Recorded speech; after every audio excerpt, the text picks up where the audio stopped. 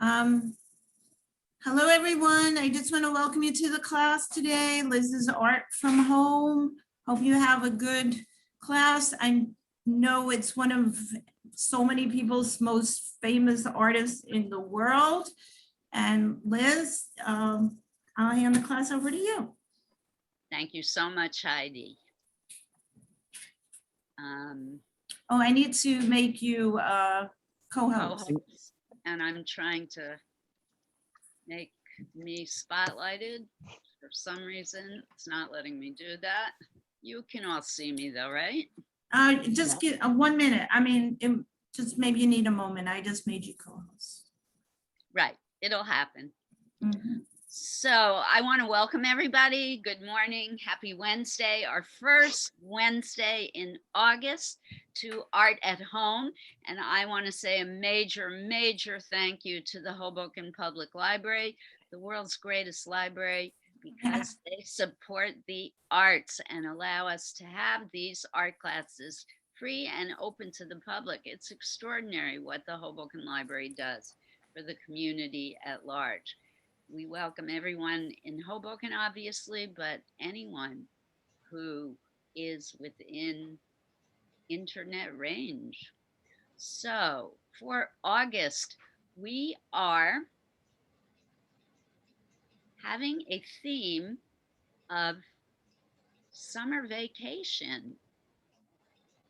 And August is traditionally, for those of us who are able to go on vacation, August is the period of time when we can do vacation.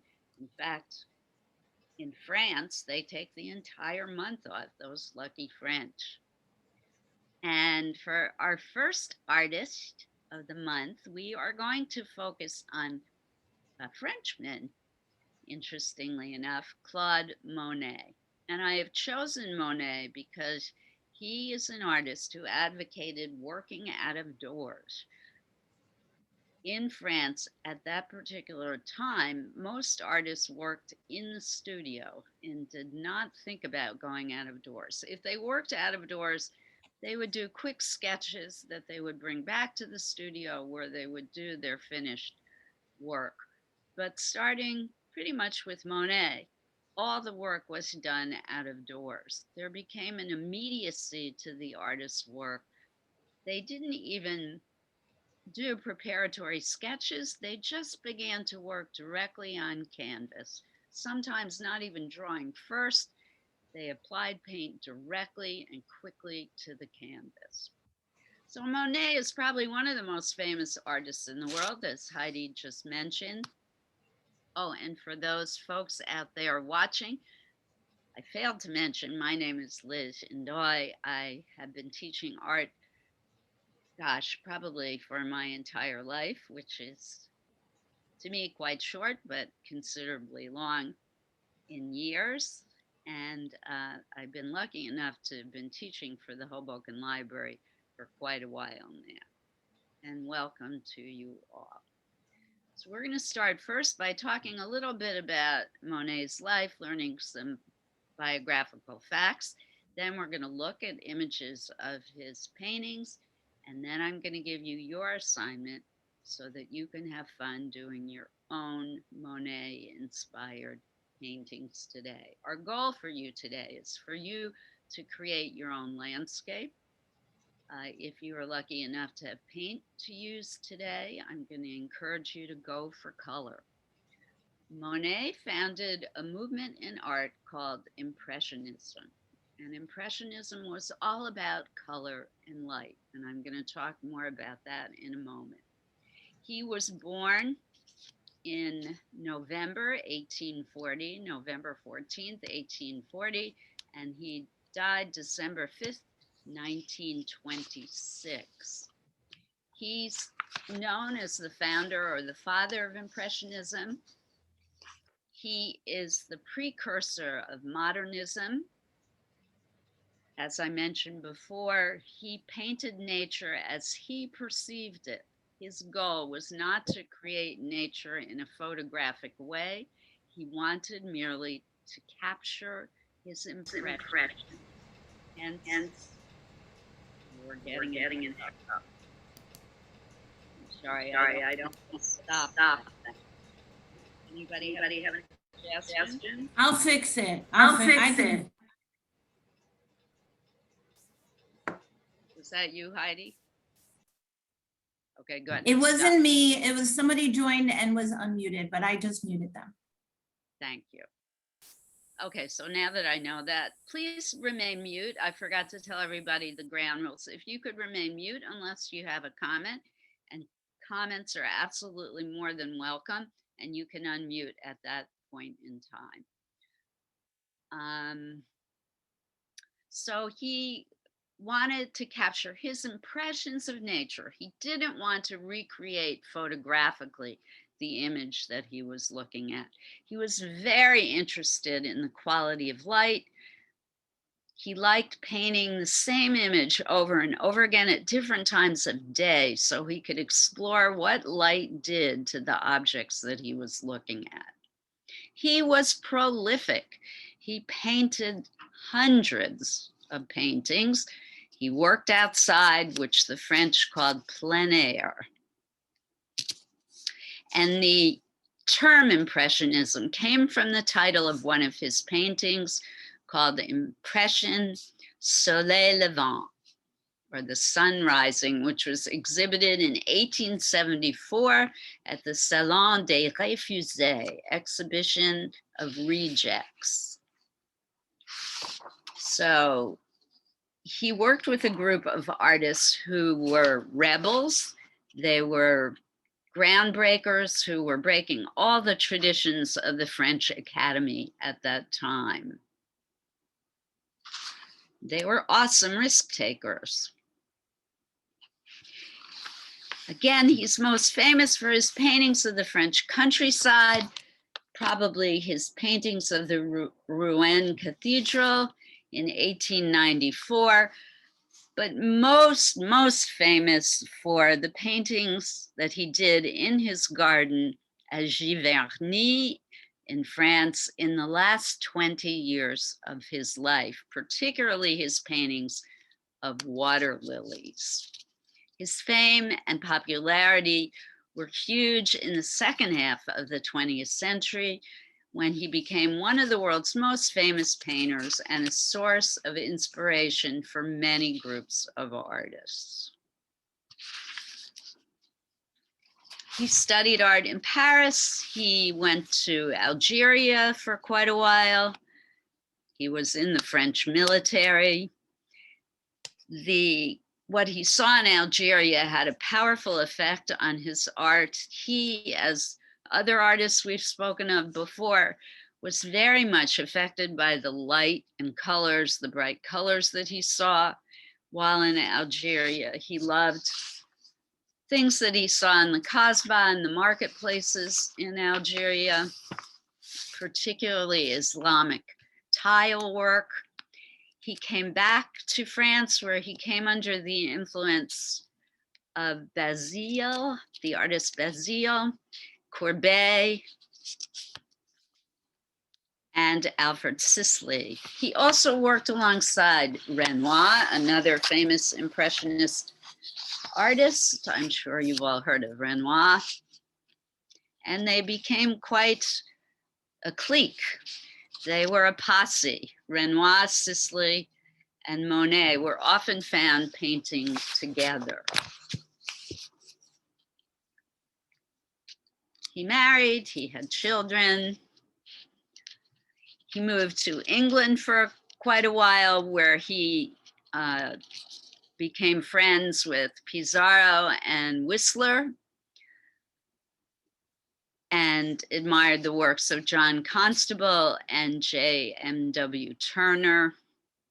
He painted the Thames, Hyde Park, and Green Park, and he came back to France. He moved his family to Argenteuil, where he painted the Seine and surrounding areas.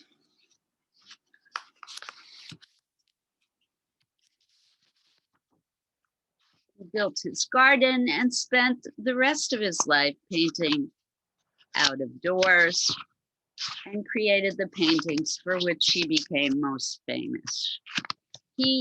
One of the interesting biographical things about him, near the end of his life, the last 10 years of his life, he struggled with vision problems. He developed cataracts, and many people attribute the extraordinary beauty of his lily paintings to the fact that his vision was greatly impaired near the end of his life. Anyone have any other biographical informations to add? Heidi, if you're still with us, I know you visited his home and garden. Could you share with us your impressions? Oh, that it's one of the most beautiful places I've ever been to. Why? Well, the gardens, they look exactly like they do in his paintings. They're absolutely fantastic, beautiful. And the house, I mean, only Monet would get away with painting a pink house with green shutters, and it's absolutely perfect. And so is the inside colors of the interiors, the blues, the greens. I think his studio was yellow with all his, I know they're probably not originals, but really good copies all over the walls everywhere. If anyone, it's right outside of Paris, and there are probably tours, or you could drive there, or buses, and I can't recommend it enough. It's just absolutely beautiful. And you know, not lavish. I mean, the gardens are lavish, but everything else is just pretty much down to earth, which speaks, and it's very warm, which probably speaks to his character as well. And he did, I should mention that he did quite well financially by the end of his life. He struggled in the early days. His family rejected him, as many of the Impressionist families did. So he struggled financially in the early days of his career, but by the end of his life, he was doing quite well. So that is interesting that it sounds like he lived modestly, despite the fact that he was doing well. Well, maybe he put all the money into gardeners, because no one person could do that gardening alone. Yes, and he was old.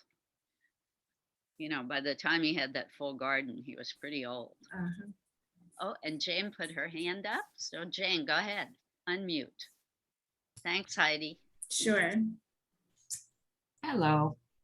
So I was very interested by your comment, Liz, that he was the father of Impressionism, and your description of his approach to deliver the impression as opposed to a perfected real rendering. I wanted to add a comment about the orangerie, which I learned was actually, the building was actually built to house his work. And it was done in these two oval spaces. And it's also very, very important. It was very important to me to see it and to kind of be in that space for a while. And in those instances, he painted the same scenes in different seasons. Mm-hmm. Could you explain what the orangerie is for people who might not know? Oh, it's a small museum in the Jardin Tuileries, I think. Mm-hmm. And so it's in Paris, and the entire first floor is devoted to his eight renderings of the water lilies, and they chronicle the different seasons. And then downstairs in the lower level, there are some other artworks, and it's a little bit sad because you go downstairs and you see some really beautiful art, and you're like, oh, well, I thought I was only coming for these water lilies, so you kind of feel a little unbalanced, but it's a wonderful place to visit. Wonderful, yeah. It is a beautiful place. Thank you, Jane. Okay. Anyone else?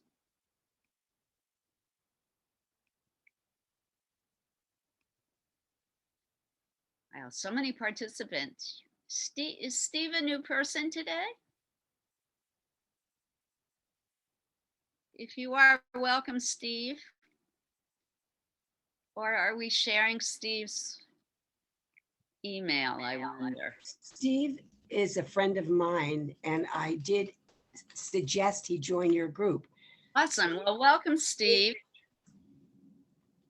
I hope he's there. He Thank is. you. Thank you. I'm here. Hi, Steve. Hi. Hello, everybody. He's a wonderful guy. Great to meet you, Steve. And I want you to know that everyone's welcome, no matter what your art interests are or art abilities. Everyone's welcome to this class. So we're Thank glad you. you're here. And Margaret, are you a new person in our group?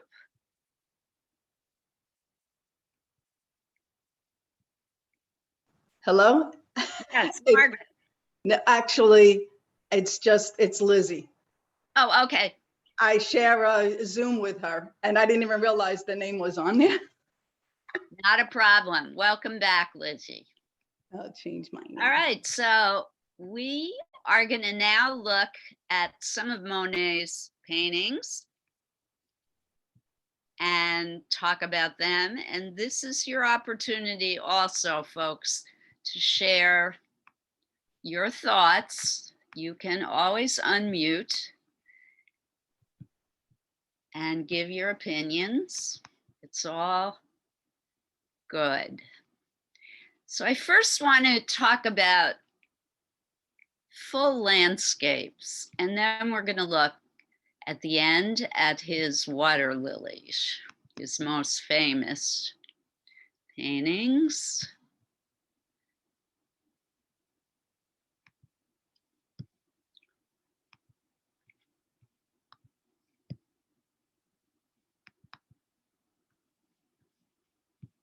This is one of my favorite Monets. Everyone able to see it? So I've enlarged it, which means it's become blurry and pixelated, unfortunately. There is a very large house, probably a mansion back here on the horizon line.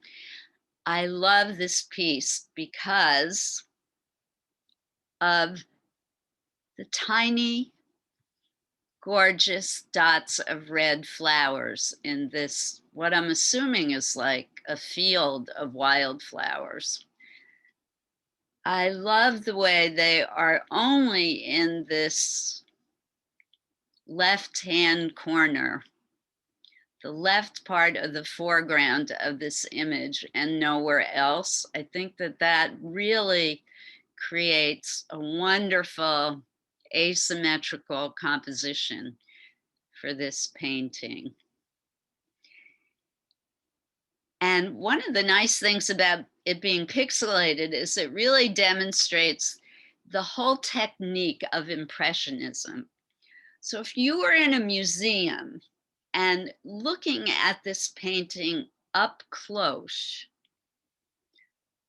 you would see it like this. It would be lots of dots and dashes and visible brushstrokes of individual pieces of paint. In order to be able to see it as a full image, you would have to walk further and further away from the painting and see it from a distance. And what Monet was trying to do was capture the play of light as he sought his impression of the light interacting with the objects or flowing across the objects that he was looking at. So in fact, they do not appear solid on the canvas, but as you move further away, you can see the objects as whole things because of the way he's placed the colored pigment on the canvas.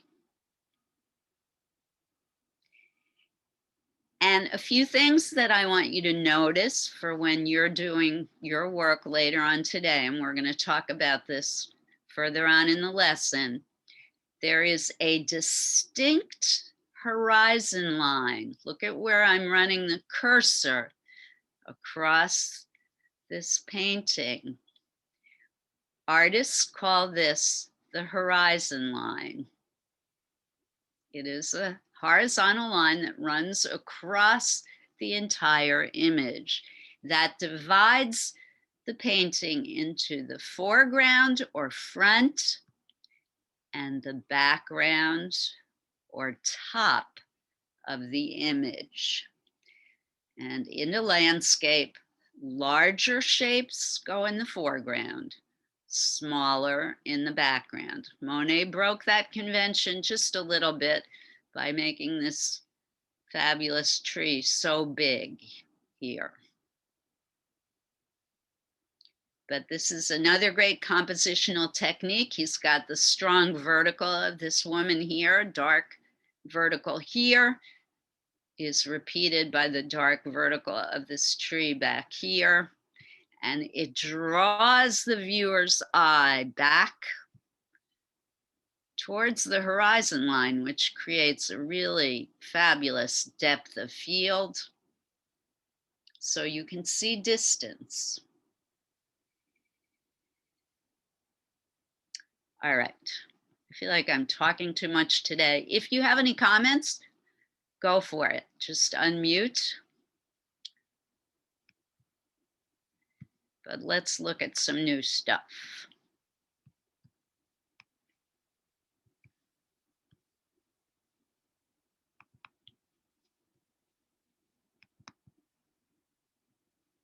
So this is one from his London years.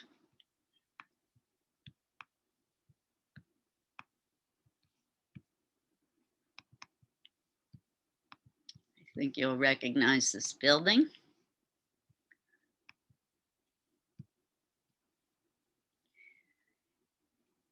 He painted the same things at different times and different seasons because he loved the quality of light, the way light changed at various times of day.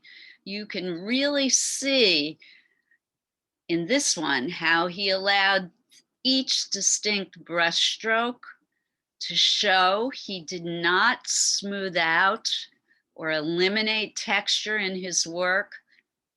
He really let it have its way. He rarely used black. This is something I want you to notice. In the dark image of the buildings here, he probably used intense blues and violets. He probably mixed red with green to get neutral colors, brownish colors, orange with blue, yellow with violet, but very little black in his darks. And the Impressionists avoided black. They saw color even in the darkest shadows. It's less visible, but there is a distinct horizon line here, right here at the edge of the Thames River, where the land meets the water. There is a horizon line.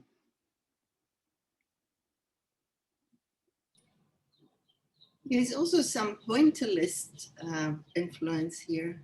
You can see where the pointillists got their ideas from, right? No, Amy? Yeah. You can really see it. And you can see how he was directly influenced by Turner, that kind of atmospheric quality to the air, kind of foggy feeling. This proves, guys, artists learn by copying each other. We are inspired by each other. There is nothing wrong from copying, with copying, I should say.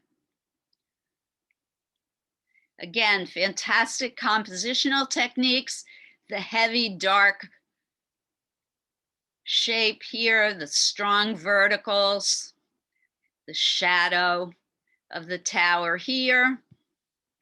But then this lighter shape here on the right to balance this dark shape on the left. It's genius composition.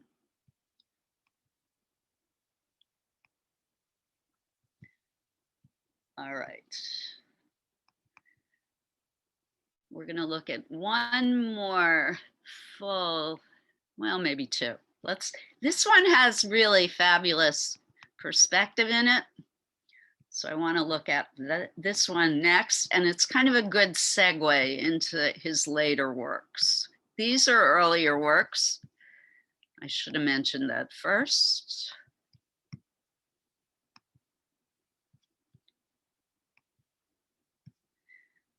But I believe that this is at Giverny, at his garden and home. And here is our horizon line, all the way at the back.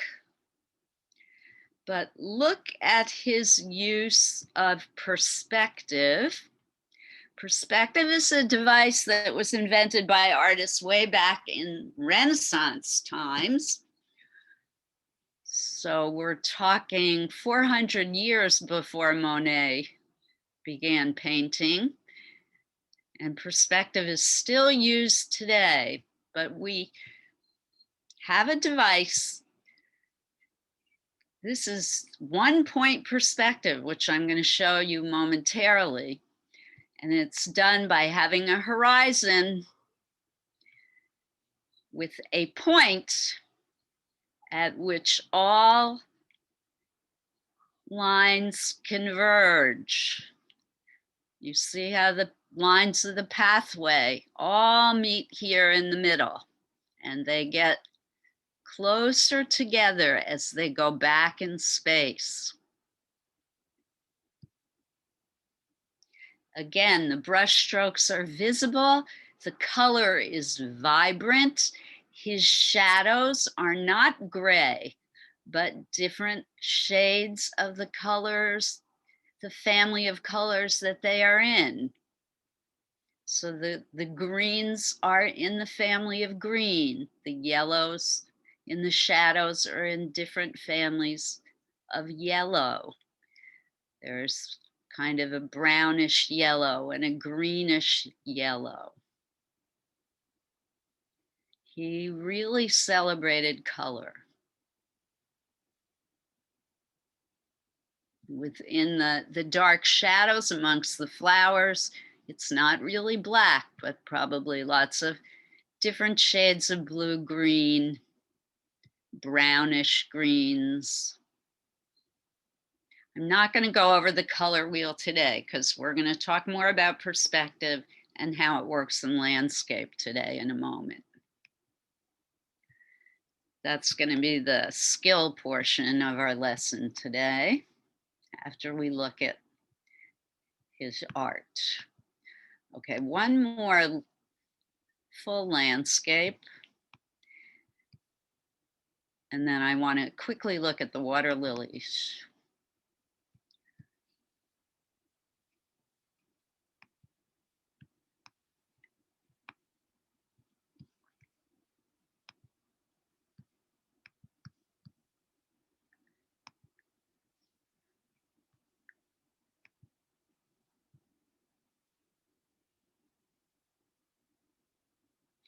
So again, this one really combines all of the conventions of landscape. So check it out.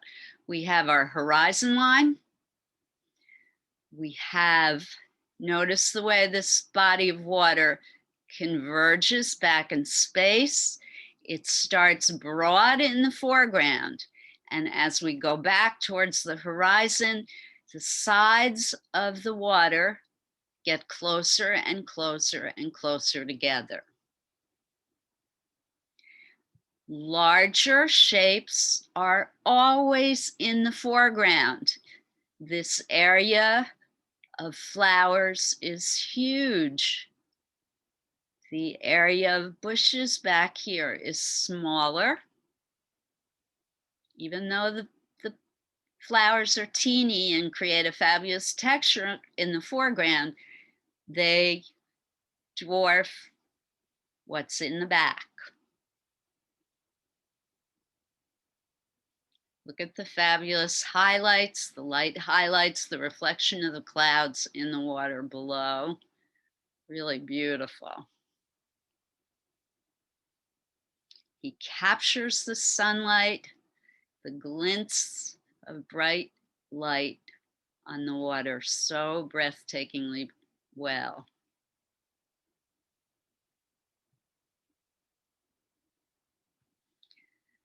Okay, a few quick looks at water lilies, his most famous images. If you're craving Monet's water lilies, just hop on the PATH train and go to MoMA. They have a whole room full of his water lilies. Here we go.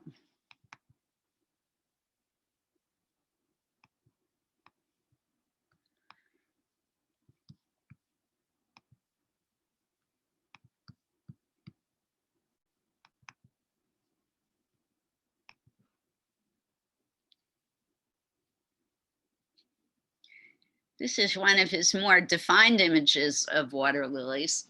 He did, I think in this one, he did use some black. You can see there's some deep black outlining going on. But even in this image, there's no horizon line, but look how the larger water lilies are in the front. The larger ones are in the back, the more intense color. You always find the deeper, brighter colors in the foreground. You find grayer, less intense colors in the background. That creates the illusion of depth. And think about what it's like in real life when you're out of doors. The closer you are to things, the brighter their colors are. These paintings of the water lilies that he did later in life, absolutely no drawing. He just applied the paint directly to the canvas.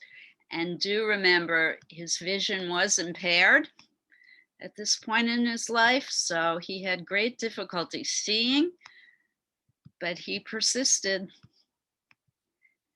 He persisted in practicing his art. And for the last 10 years of his life, basically all he did was paint water lilies. He never got tired of them. Look at this fabulous color. You could see also not only the pointillist movement, but how the Fauvist, those of you who've been with me a long time, you know about Fauvism.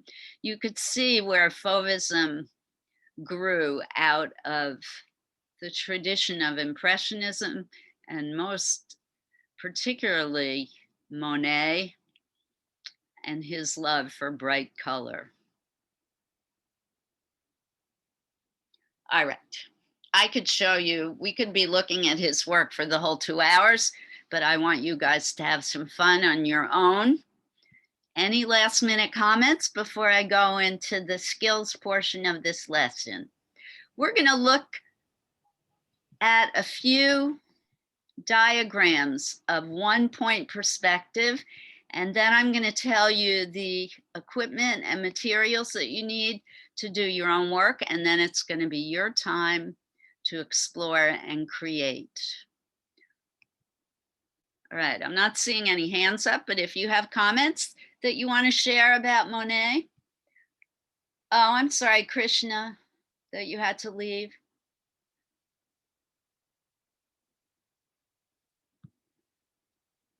Liz, could I just ask you to comment just a touch on pointillism? Because it seems it's a change of perspective, but similar technique, if I get it right.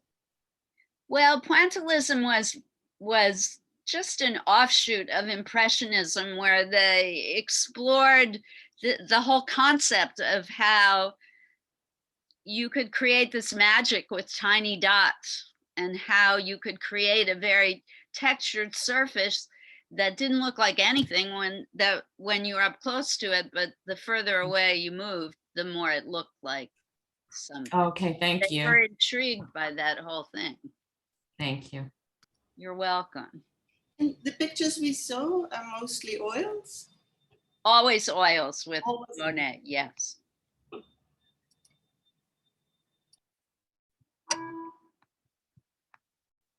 Okay, give me a moment. Here we go. Here's my folder on perspective.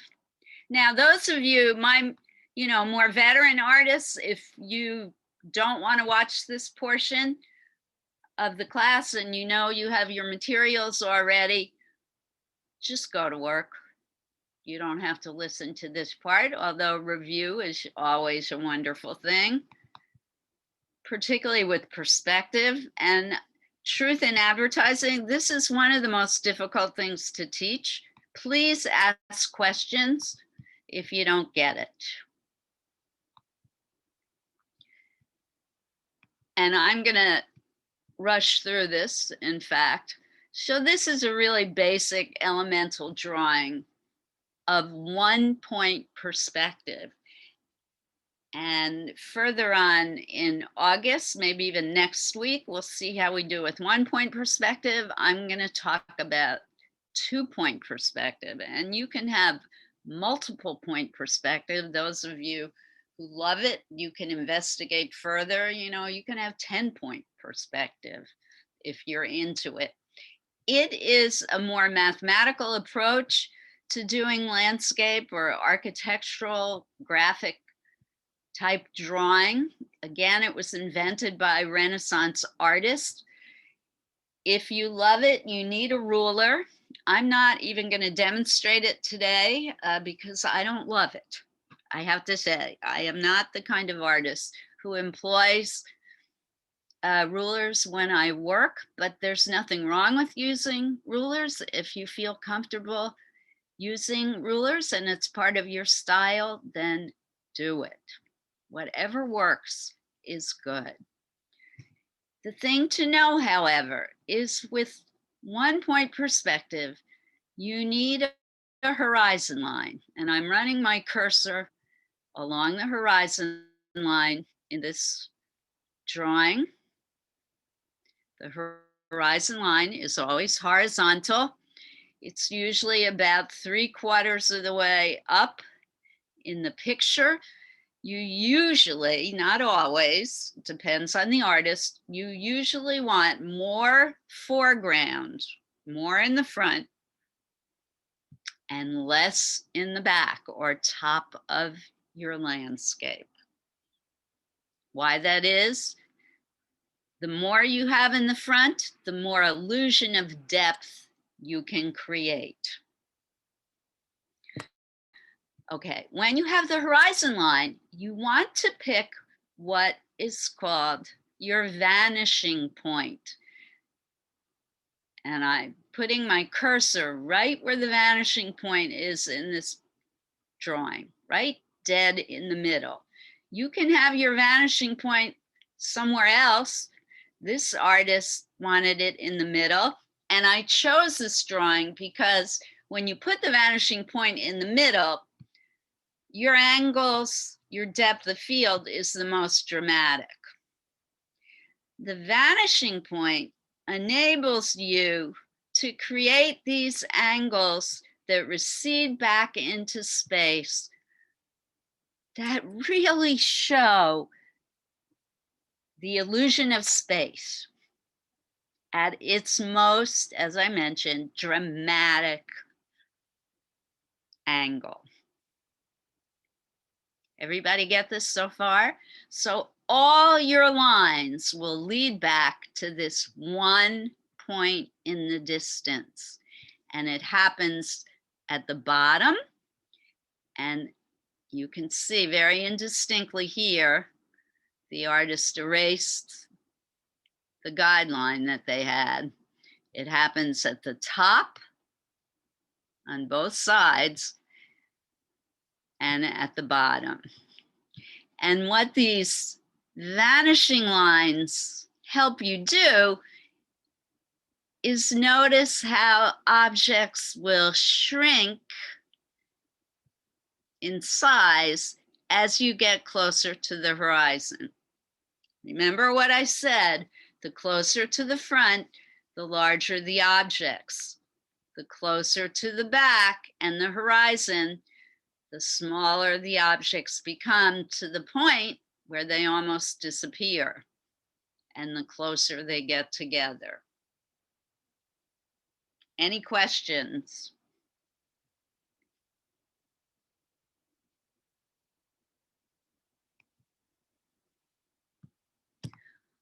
All right, so we're getting close to your time to work. This one is a photograph. Let's look at this one next. It's quite pretty.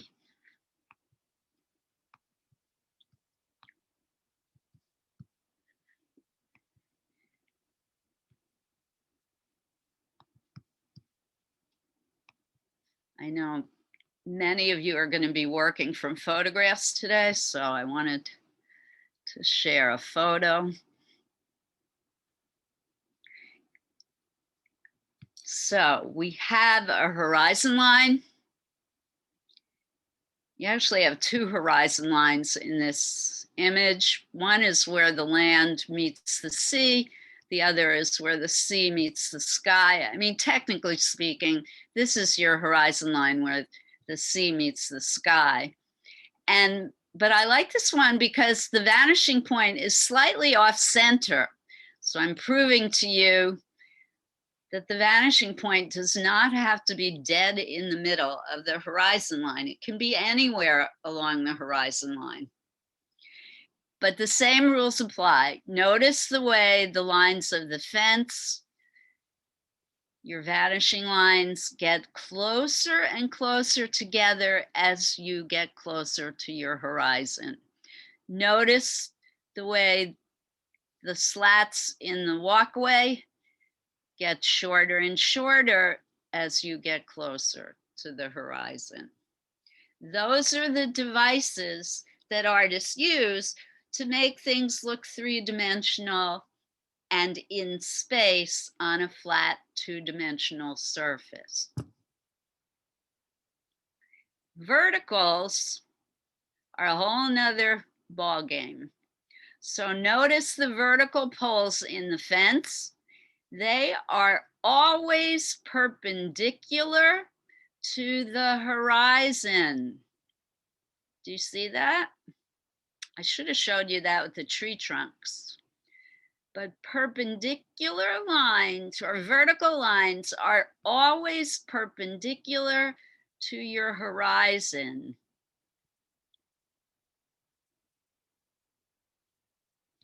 All other angles depend on your vanishing point. I'm going to show you one more line drawing to make that more obvious for you.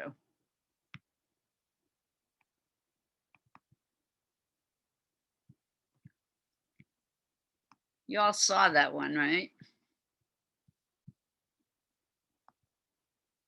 You would let me know if you can't see it. That's what I'm assuming. All right, so this one is more of an architectural drawing, and I think it really makes it obvious. So here is your horizontal horizon line. Here is the vanishing point right in the middle. All angles recede back towards the vanishing point, including the architectural edges of the building. The top angle recedes back down to the vanishing point. The bottom angle recedes back up to the vanishing point. But all the perpendicular verticals are perpendicular to the horizon line. It's really obvious here on this inner line.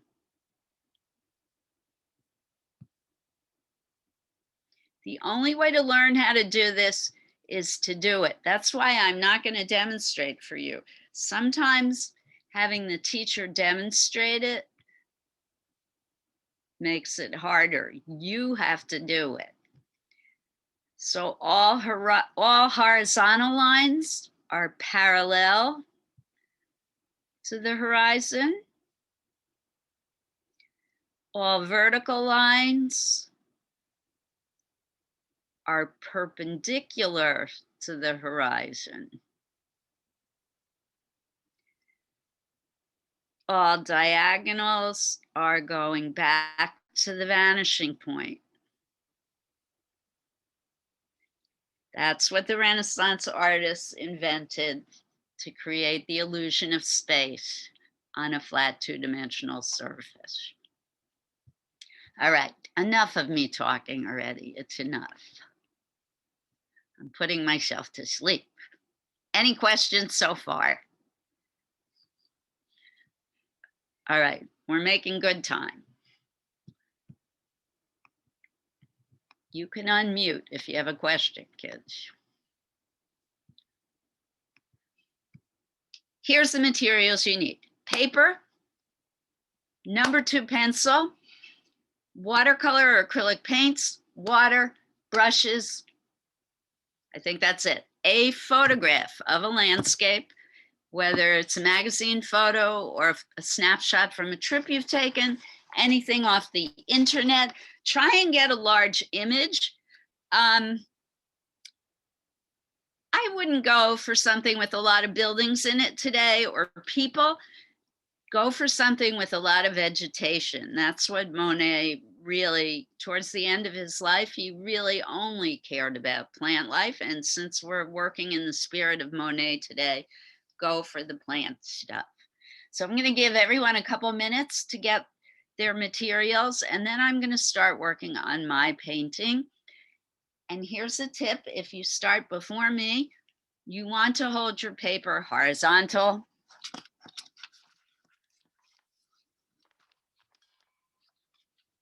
Okay, this is called landscape direction. Hold your paper in a horizontal direction. It will make it more fun for you today. All right, go ahead. Gather up your stuff if you have not done so already. And I'm going to get my things ready. I am using watercolor paint today. Doesn't mean that you have to. Acrylic paint will work equally well. The same techniques apply. The first steps I'm going to take will be to work lightly in pencil, and then I'm going to lay on a thin wash of color and gradually add darker colors as I go. Ground rules for our creative time: please remain muted unless you have a question. Many artists require quiet in which to work. I'm so delighted that you're all here today.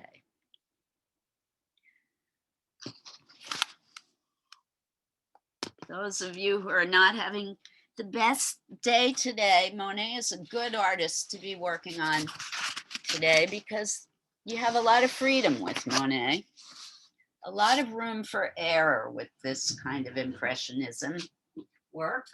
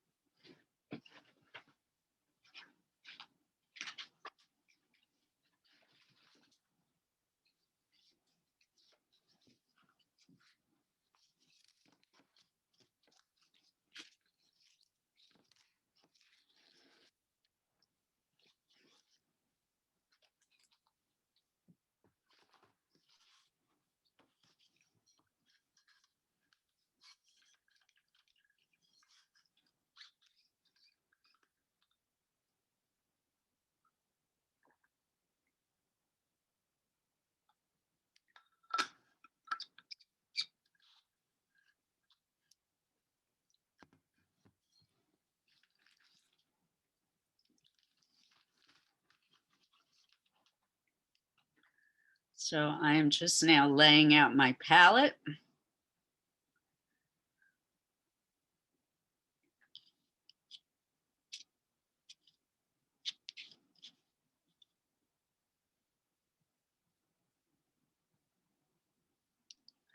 You know, people frequently ask me what kinds of paint I use. I am using Winsor Newton watercolors.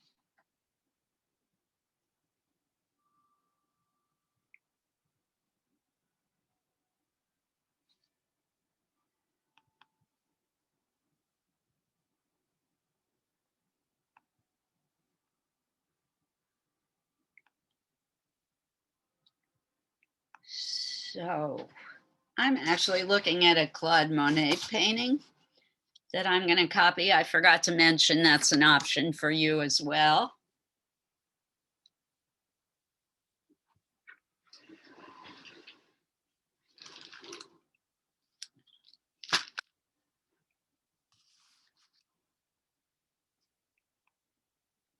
I'm looking at one of his haystack paintings. And as always, I prefer that you not watch me. I love that you're doing your own work.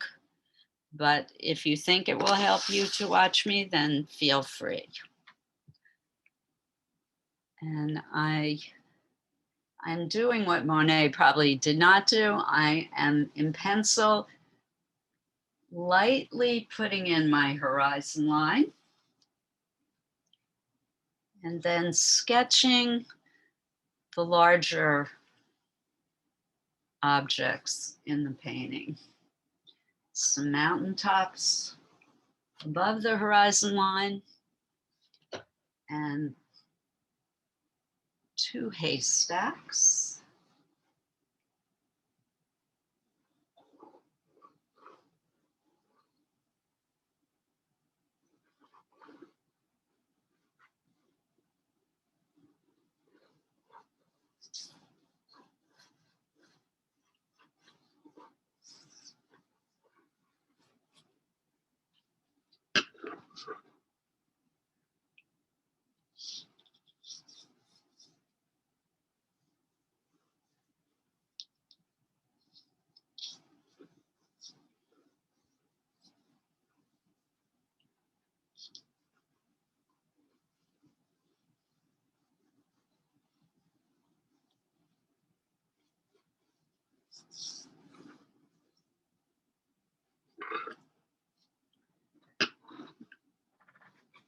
Some trees.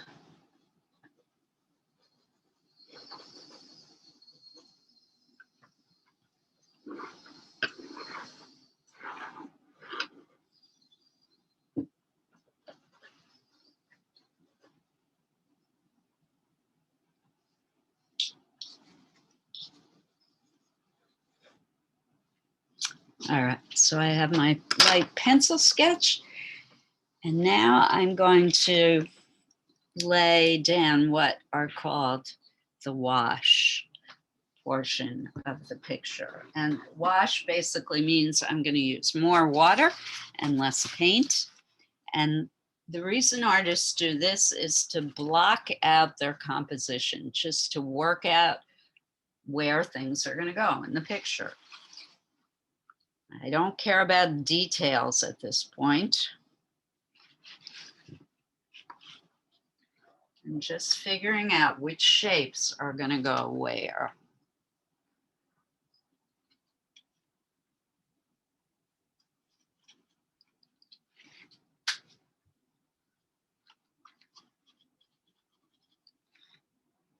More water, less paint. So the colors are going to be very pale. And the sky is a tiny bit gray. So I'm adding just a touch of orange to my blue to neutralize it.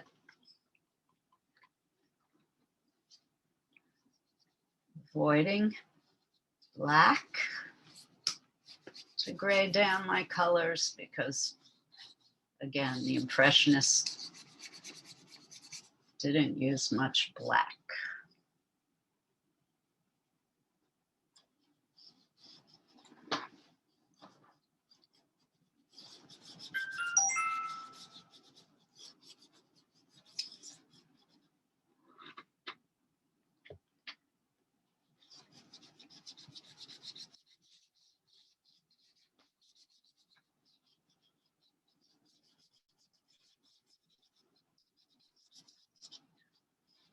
And a word about paper. I am lucky today because I have watercolor paper. Watercolor paper tends to be a heavier weight and have a really nice nubbly texture to it. You can get different grades of watercolor paper with more or less texture. The more texture you have, the more absorbent the paper is, and the different kinds of effects you can achieve. I like really bumpy watercolor paper. This is not that high quality of watercolor paper, but it's pretty good. This is a Dick Blick student grade watercolor paper. Dick Blick is probably the biggest art supply company in the US at the moment.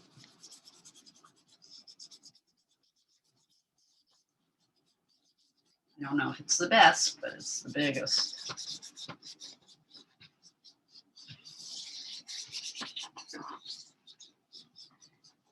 If you're using acrylic paint, you can do the same things that I'm doing. Acrylic paint is water-based and you apply it in the same ways. And for this wash portion of your painting, you use more water and less paint.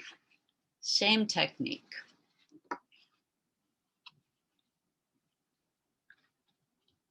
So I laid down the wash for my sky. Now I'm doing the mountains. They are a kind of greenish, grayish brown.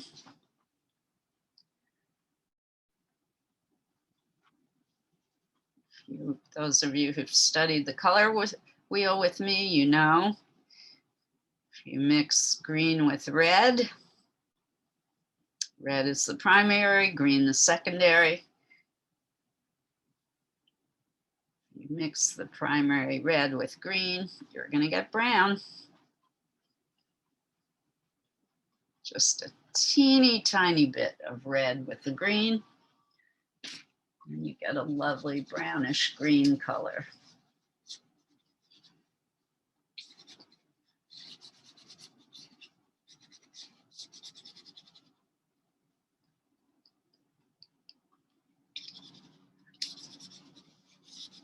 But again, I'm using a lot of water, so there's not much color visible on my paper. It's very thin and washy. And that's good at this stage because I'm going to come back and add more color as I go.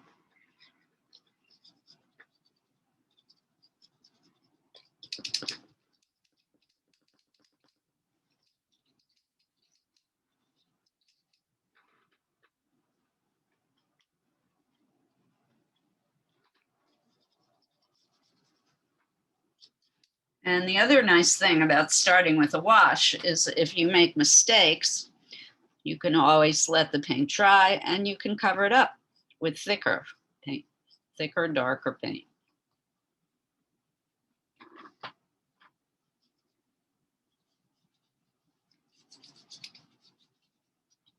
Always mix your colors on the palette first. Make sure you have a color that you can live with. It's better to find out on the palette than on the paper or the canvas. Then it's too late.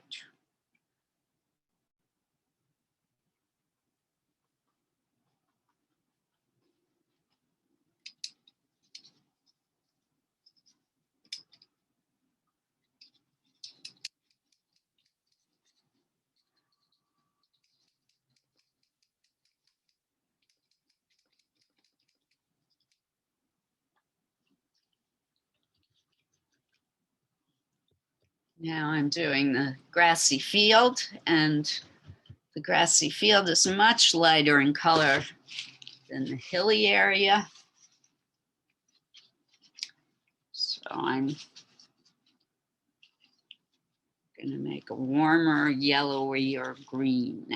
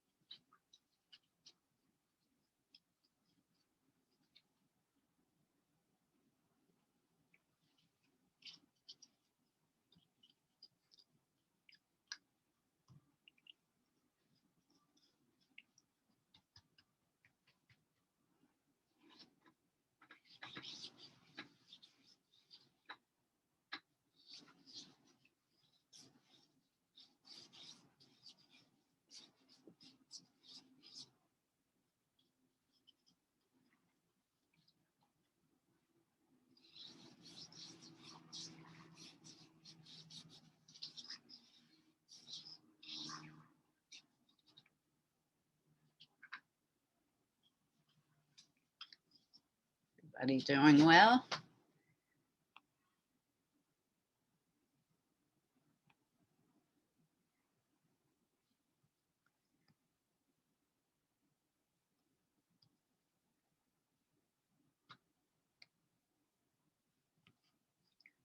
Looks that way.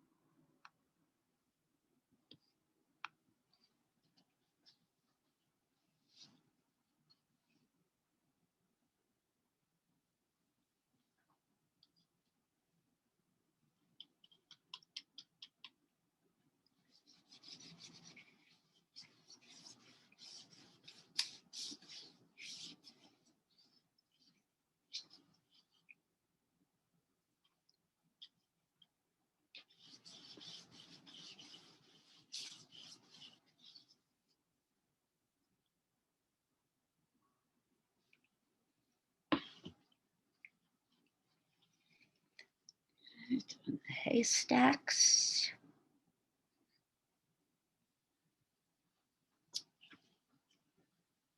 Haystacks are an interesting brownish, orangey-ish color.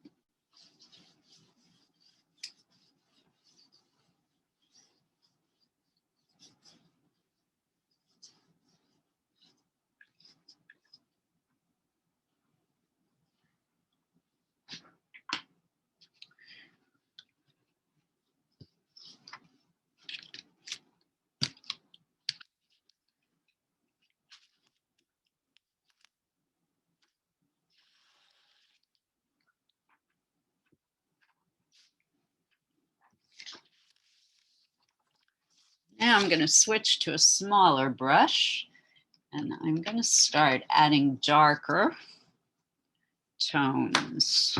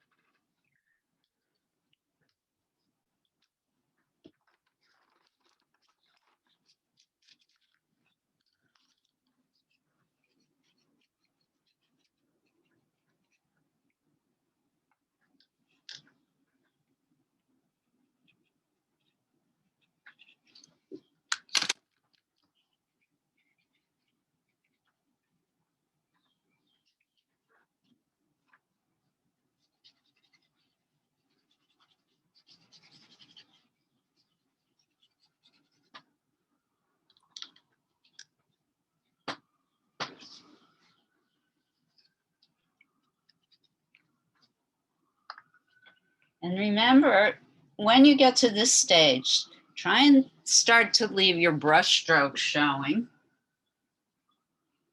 You want to get that textural effect. And in any given area, you want to stay within a certain family of colors. So for example, if you're working on a bush, and if the colors are primarily in the green family, that's what you stick with. So yellow greens, blue greens, etc. Brown greens, whatever fits with the light quality that you see in the image that you're looking at.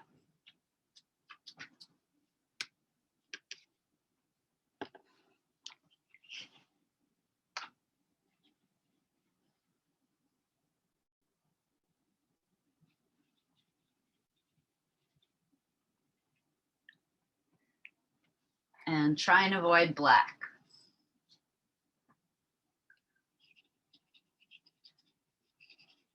And at this point, you can start noticing smaller details.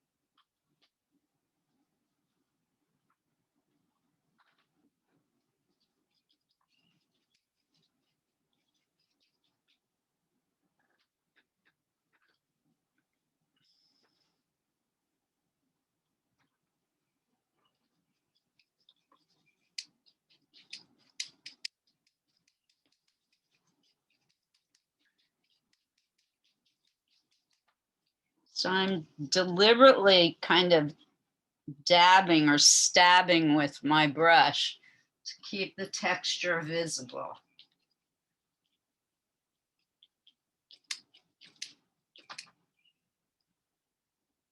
Staying in that impressionistic style.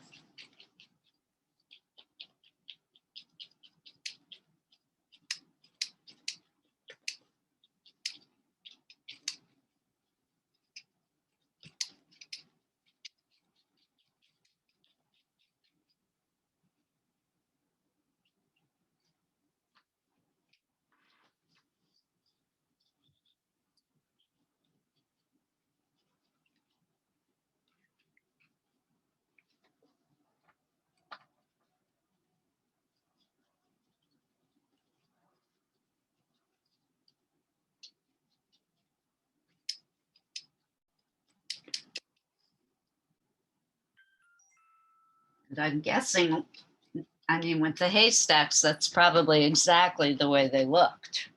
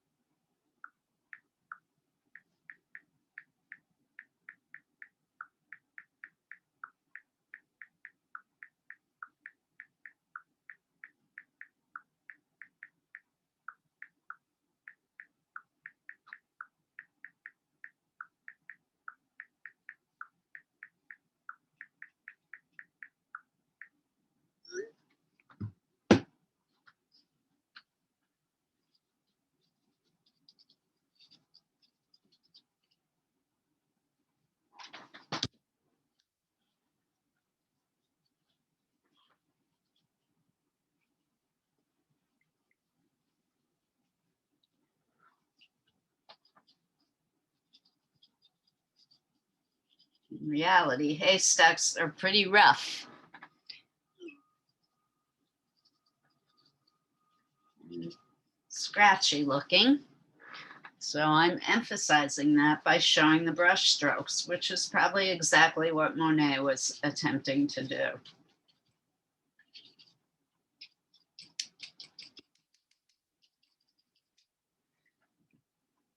He was painting things as he saw them, but in the eyes of the beholder in the day in which he worked, they looked less real.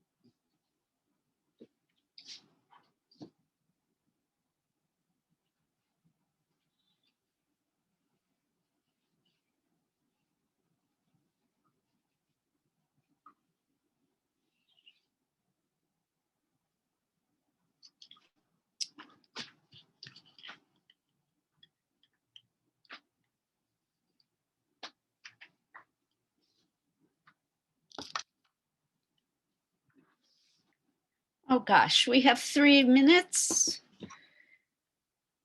till sharing time.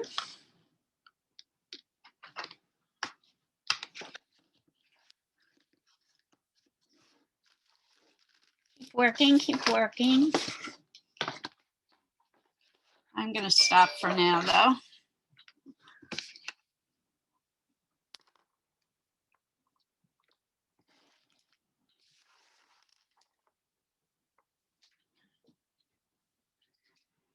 Mine is not done.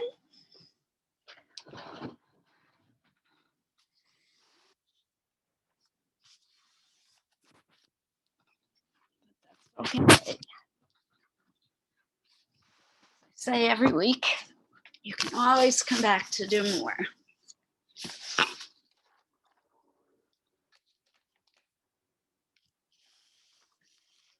See a little bit of what I've accomplished.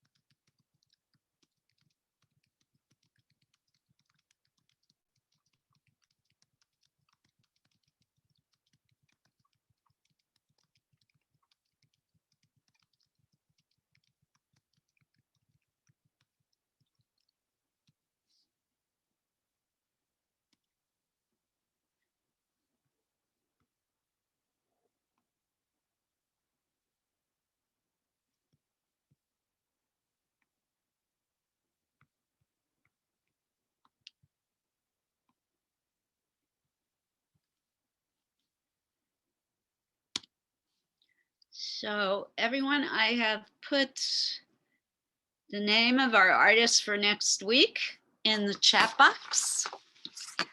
Gustave Caillebotte, another Frenchman, and another Impressionist, although he was more of a realist than the other Impressionists. And he was one of the first people in France to start thinking about photography as an art form. So he's an interesting guy. And he was also a lover, great lover of landscape. So we will continue looking at landscape. We're going to continue talking about perspective and how to use it in our work. The more we know, the more we practice, the easier it will become. And I hope you all enjoyed today. Thanks, Liz. Great class. I'm glad you enjoyed. Thanks, Liz. We're not finished. It's time to share. Some of you are sounding like you're getting ready to leave. You don't have to. I mean, if you have to, of course, obviously. You can move on. But my new rule of thumb is I'm going to call on people in the order in which I see you. You do not have to share. And as always, we're here to give supportive comments and advice. No, this is not a critique. All right, so Katie, you're first in my queue. Katie, would you like to share today? Yes, I will. And I think I went off on a very abstract sort of direction with this. So let's see. Monet would have been thrilled. Oh my gosh, it's gorgeous. Woo! So those are irises, I'm thinking. I don't know what it is. It was just really a play with colors. I started off from a picture and then I sort of departed and just went freehand and free mind. So I think Really it could be beautiful. anything, really. It's Do you- really beautiful. My one Thank you. suggestion, I wouldn't worry about it in your foreground in the bottom, but in the background at the top, I would put some kind of wash in the Okay, white area, maybe a pale blue. interesting. my Okay, suggestion. right. Sounds good. Thank I you. love the drippy quality of this. Really nice. Yeah, that's the technique I sort of like to work with and experiment with. And this was a variation of how I usually do it, and it was an enjoyable process. So I thank like you that very it's much. asymmetrical. I really I like know, I kept it that way. it. Works well. Terrific. All right. Thank you so much. Thank you for sharing. When you share, it helps all of us. Was that watercolor? Yes. Oh, Awesome. Um, sometimes used not that watery and sometimes watery. It varies on the sort of depth and how much drip I want it to do. Yeah, the more water you use, the drippier. The drippier, right. but you still need control. Yeah, and it's like you never know what it's going to do when you do the drip technique. It sort of has a life of its own. Wow. But that's like fun and playful too. That's why I love watercolor. All right, Jane, you're next if you would like to share.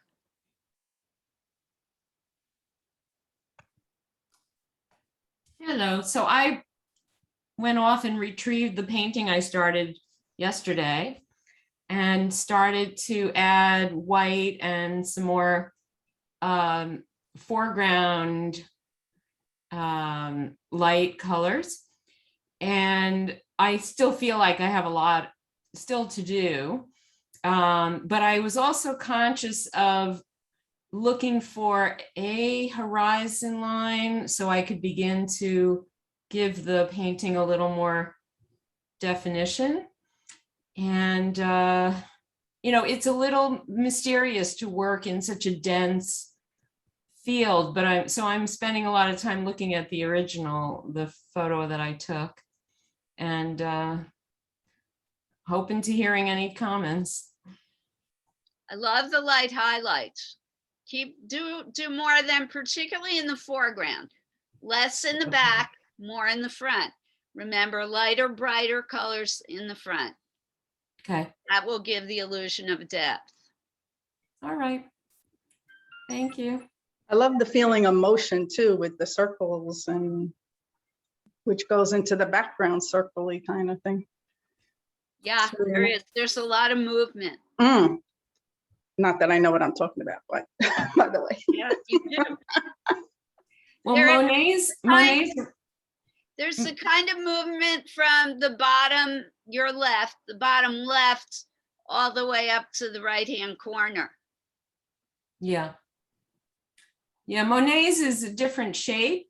This is square, whereas his is, I think, longer. So I need to take care of that as well and consider how the eye will move. So it's a good study for me, really.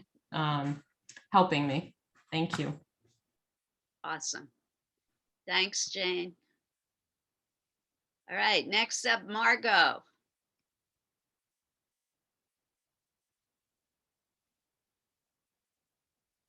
Okay, I can show you what I got, but I'm much slower. Hold on. All right. All right, and I have to bring you back over to where, because I'm working on something kind of large. All right, let's see. I'm gonna do this. I'm gonna turn this upside down. You tell me if you can see it. Yep, Okay. nice. Love Yeah, that yellow. This is the picture. Aha, This is how far I've gotten. can you back up just a little and hold it still? Yeah, okay, good. How's that? Good, it's a good beginning. I want to see what's gonna go in the rest of the white space. I love the vertical tree, the Okay. sharp angles of the vertical tree. It's very powerful. Yeah, I've got to, there are clouds in the background and I've got to do I had to stop because it has to dry because I keep knocking into the other paint and it starts to, I have to blot it off. Right. All right, so That's we look forward to seeing what comes next. But Okay. I like the dark shapes against that bright yellow. That's working great. Okay, good. You like my almost black at the bottom without using black? Margo. Teresa, you're next to my queue.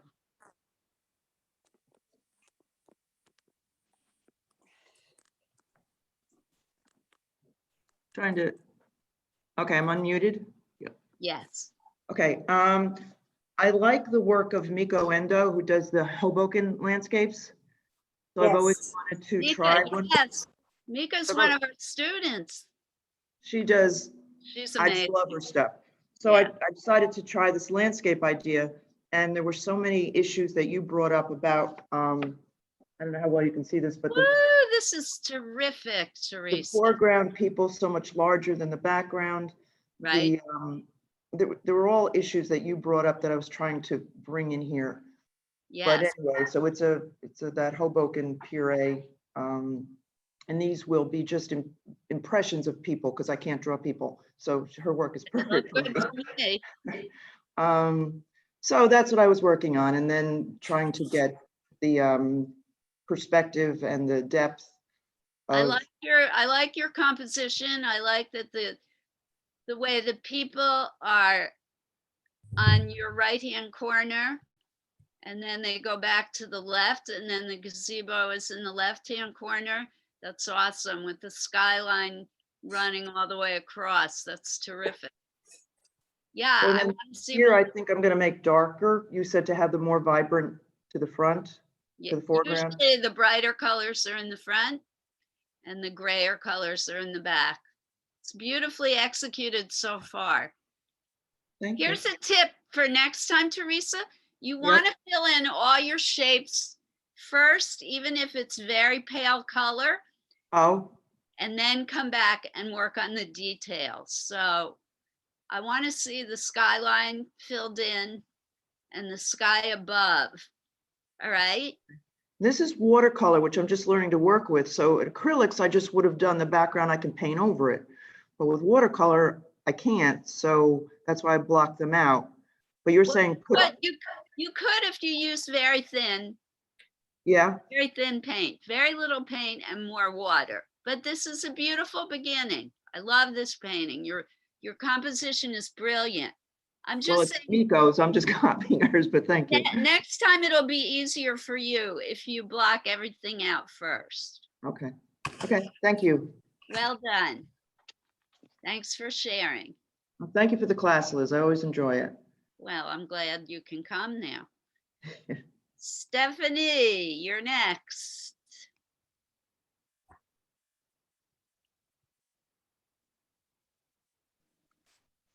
I tried really hard.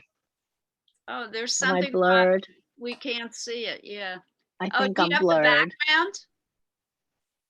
background? Let's see, where am I? I can't find myself, so let's see. If you just pull back, it'll come into focus, Teresa. No, because I'm blurred. Oh, Can you do Like in someone front of your- else? all right. No, I'm afraid it's on your end. You have Yeah, some it is. background.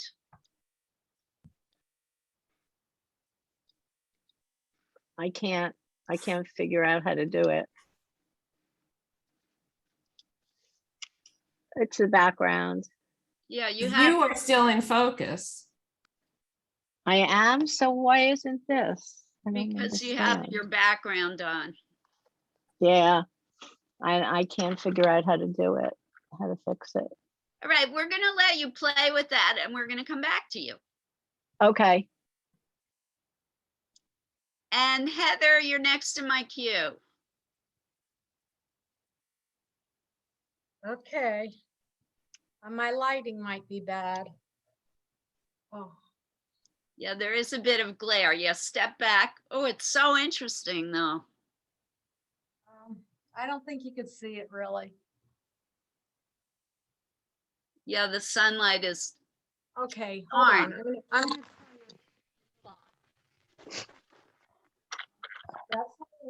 it's your skylight. Right this way. That still doesn't A little work. better.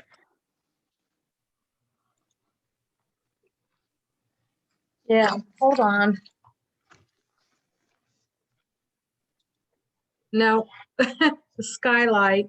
It's great for working, But not, but not for showing. I did it on material. okay, I figured so it out. cool. All right, can you bring it to class on Tuesday? Yeah, I'm I dying. did to it on see material and used pastels and watercolor, wet pastels. Oh, nice. Darn it. All right, maybe, Figured it you know out. what? I'm gonna come back to you if possible. Maybe you could go in another room, but right now, Okay, we're gonna go to Doris. okay, Okay, if you, I don't know if you want to see this. here you go. Make- Oh, wait, but we're gonna come back to you, Heather, okay? Okay, Sorry. I'm gonna, See this. Wow. All right, Doris, this is watercolor, right? yes, it is. Okay. I love the red amongst all that green. That's terrific. Nice. Thank you. Now, here's a suggestion. If you have either watercolor pencils or colored pencils, once your painting is dry, you might want to go back in and do some subtle outlining and detail work for textural effect. Sounds good. I was trying to do that while it was wet and that didn't work. Yeah, because the Yeah. paper is too wet. Yeah. Thank you for the comments. Really well done. Unfortunately, folks, we've run out of Oh, time. I'm done. I got it. Oh, well, forget it. We've run out of time, everyone, but Good. there's always next week. You can send me JPEGs. I'm going to put my email address again in the chat box. Please send me JPEGs. I'm always happy to give advice.